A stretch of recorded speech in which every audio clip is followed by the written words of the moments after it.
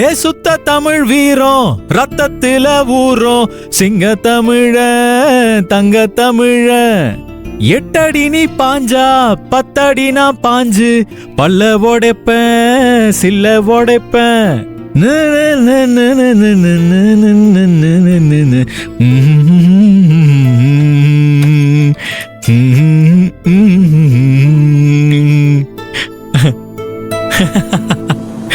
என்னமா காமெடி பண்றாங்க? ஐயோ ஐயோ ஐயோ பயங்கரமா காமெடி பண்றாங்களே. இதுவும் நல்லா இருக்கு. என்ன மாதிரி காமெடி பாரு. என்னங்க? ஏய் என்ன பாஸ், செல்லு வேணுமா? செல்லு வேணும்னா வாய் திறந்து கேளுங்க, போனா போதும் தந்துடுறேன். செல்ல கொடு. முடியாது. என்ன பண்ணுவீங்க? இப்ப கொடுக்க போறியா இல்லையா? அட அதான் கொடுக்க முடியாதுன்னு சொல்றேன் பாஸ். என்னது இது? எந்திரி எந்திரி எந்திரிங்கறல்ல. முடியாது முடியாது முடியாதுன்னு சொல்றேன்ல. கட்டில தான் இவ்வளவு இடம் இருக்குல்ல, அப்புறம் எதுக்கு என் மடியில படுத்து டார்ச்சர் பண்ணிட்டு இருக்க? புருஷன் மடியில படுத்துக்கிட்டா பொண்டாட்டிக்கு நிம்மதியா சந்தோஷமா தூக்க வருமா அப்படின்னு யார் சொன்னா? பெரியவங்க சொல்லிருக்காங்க. எந்த பெரியவங்க சொன்னாங்க? காட்டு. ஏங்க, இந்த ராத்திரி நேரத்துல அந்த பெரியவங்களுக்கு நான் எங்கங்க போறது? கொஞ்ச நேரம் உங்க மடியில படுத்துக்கிட்டா நீங்க என்ன தேஞ்சா போயிடுவீங்க? நீ சொன்ன கேட்க மாட்ட. எந்திரி எந்திரி எந்திரி எந்திரி எந்திரி. ஏய் ஆதிரே, என் காலை விடு, காலை விடு. ஏன் புருஷன் காலை நான் ஏன் விடணும்? நீ உன் மனசுல என்ன நினைச்சிட்டு இருக்கேன்னு எனக்கு நல்லா தெரியும். இந்த தப்பு கணக்கெல்லாம் போடாத. நீ இப்படி மடியில படுத்துக்கிட்டு கொஞ்சி பேசினா உன் மேல இருக்கிற கோபம் குறைஞ்சிடும் நினைக்காத. என் கோபம் ஒரு கடுகளவு கூட குறையாது, பாத்துக்க. எந்திரி எந்திரி ஆதிரே, எந்திரி எந்திரி. முடியாது. ஏய் எந்திரி எந்திரி. முடியாது முடியாது.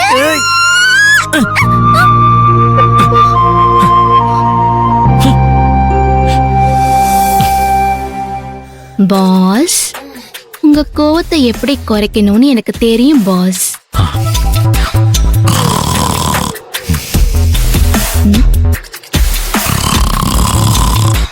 என்னையா புருஷரே, அதுக்குள்ள கொரட்டை விட்டு தூங்க ஆரம்பிச்சிட்டீங்க? நாங்க நினைச்சா எப்பேற்பட்ட முனிவரோட தவத்தையே கலைப்போம். அப்படி இருக்கிறப்போ என்கிட்டயே உங்க நடிப்பை காட்டுறீங்களா?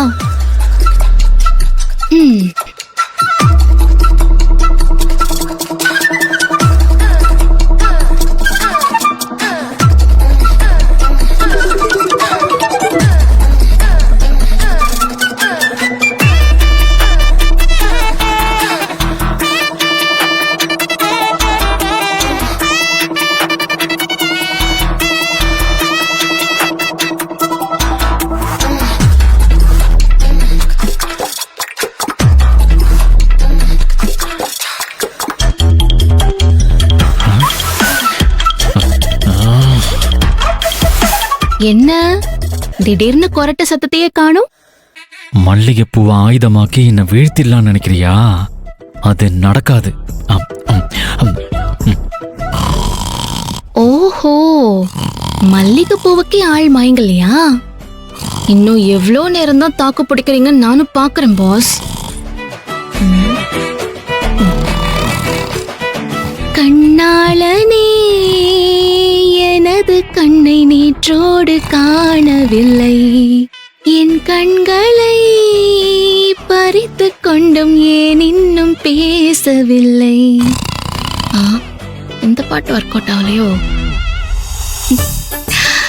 மல்லிகை என் மன்னன் மயங்கும் பொன்னான மலர் அல்லவோ, மல்லிகை என் மன்னன் மயங்கும் பொன்னான மலர் அல்லவோ.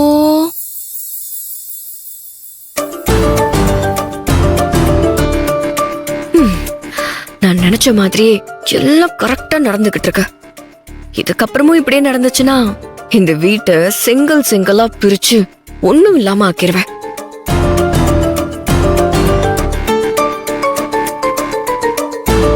அண்ணி, உள்ள வரலாமா? ஹே, என்ன நீ வா உள்ள வா. உள்ள வா. என்ன நீ இப்படி கேக்குற?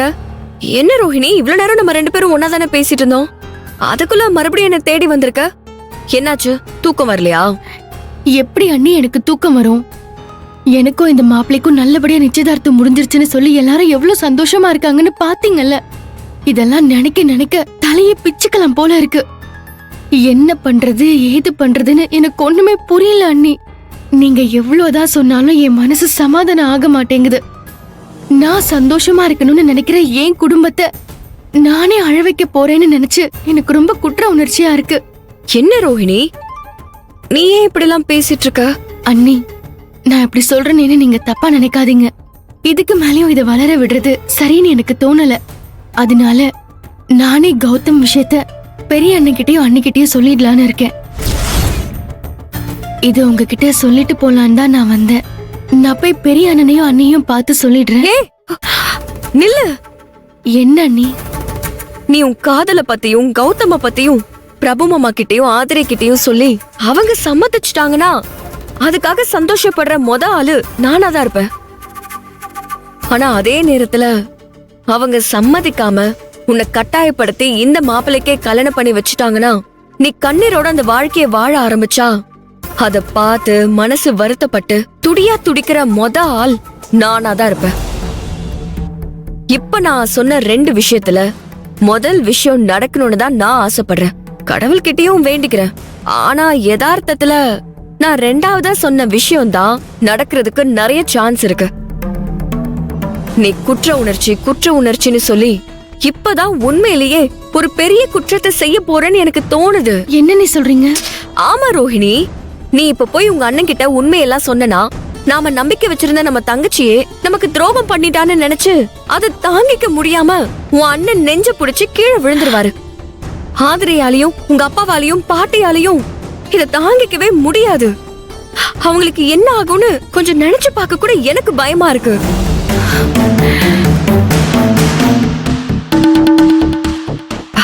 அதோட இல்லாம கொஞ்சம் கௌதம பத்தி யோசிச்சு பாரு. ஏற்கனவே கௌதம் உனக்காக 2-3 தடவை சூசைட் அட்டம் பண்ணிருக்கான். இனிமே நீ அவனுக்கு கிடைக்கவே மாட்டேன்னு தெரிஞ்சா அதுக்கப்புறம் அவன் உயிரோட இருப்பானா? நீ சொல்லு. இல்ல நீ, கௌதம் அப்படியெல்லாம் பண்ண மாட்டாரு. நான் கல்யாணம் பண்ணா கௌதம தான் கல்யாணம் பண்ணிப்பேன்.